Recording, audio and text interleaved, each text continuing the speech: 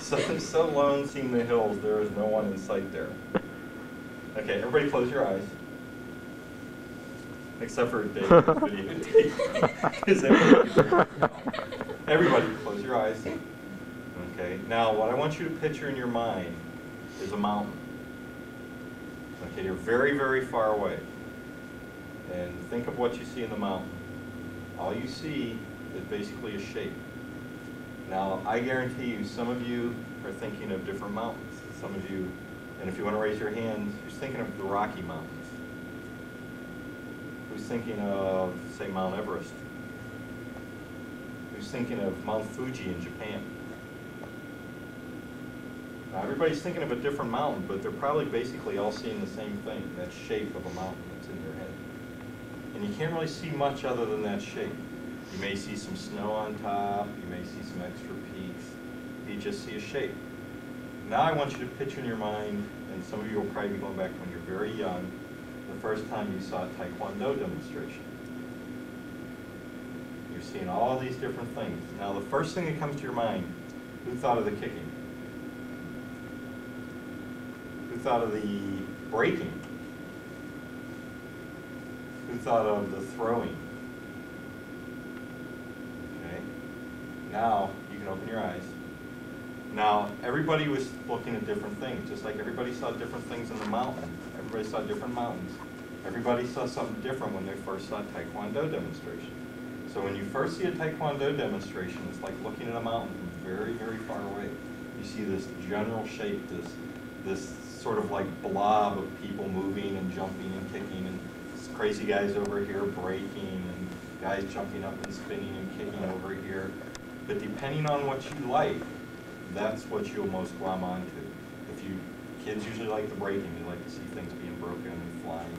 But that's just a part of Taekwondo.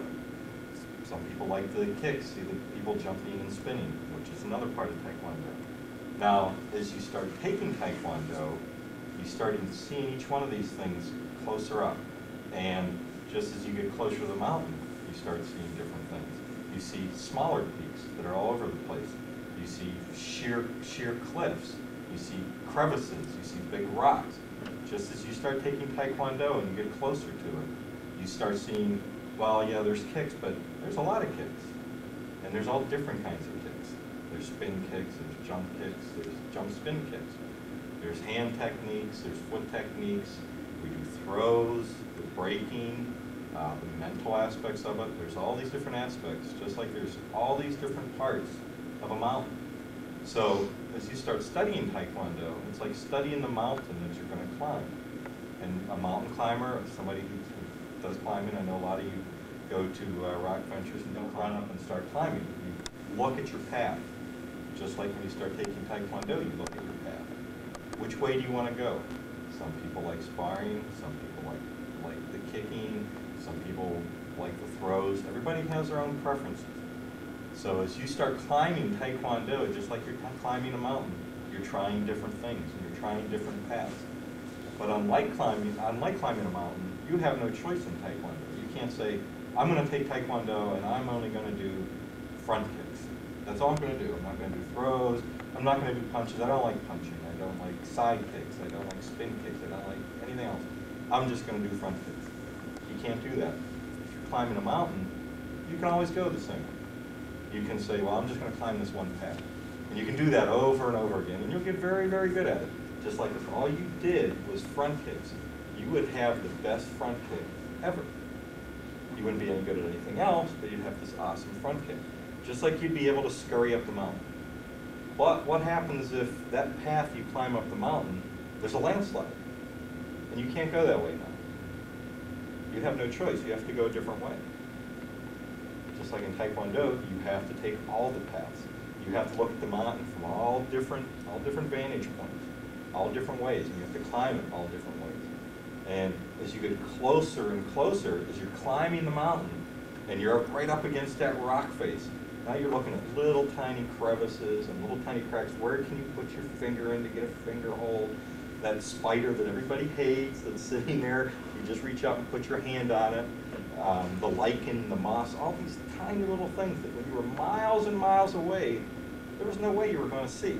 You gotta be right up against it, right up into it. And that's the way it is with Taekwondo. The more you get into it, you say, well, gee, I do a good front kick now, or I do a good side kick. And somebody says, well, you know, if you turned your foot about 10 more degrees, you'd get a little more power. Or if you turned your hand over a little bit later, right at the end, instead of going like this, you go like this. You're going to look more power in your punch.